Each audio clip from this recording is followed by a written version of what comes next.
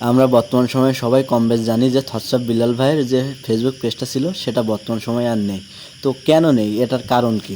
এটা নিয়ে সকলেই কম বেশ কথা তুলছে যে থটস অফ বিল্লাল ভাই তো অনেক ভালো কাজ করতো, সে সবাইকে দান করতো, প্লাস সে আর কি জ্ঞানমূলক ভিডিও ছাড়তো সন্ধে সন্ধে কথা বলে।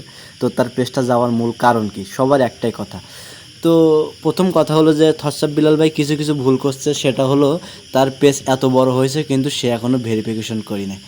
এখন ভেরিফিকেশন না করলে কি হয় যে যখন হচ্ছে ভেরিফিকেশন করা হয় তখন ফেসবুক ধরে নেয় যে তার এই আইডিটা একদম অরিজিনাল আইডি, আর তখন কেউ রিপোর্ট মারলেও সেটা জাস্টিফাই করে।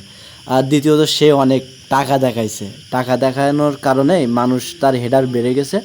হেডার বেড়ে যাওয়ার কারণে কি তাকে অনেক রিপোর্ট মারছে। মানুষ কি জানেন, এখন বর্তমান সময়ে একজন আরেকজনের ভালো চায় না। সেক্ষেত্রে দেখা যায় যে থটস অফ বিল্লাল ভাই যেই টাকা দেখাইছে সবাই তার রিপোর্ট মারছে, এভাবে আইডিটা গেল।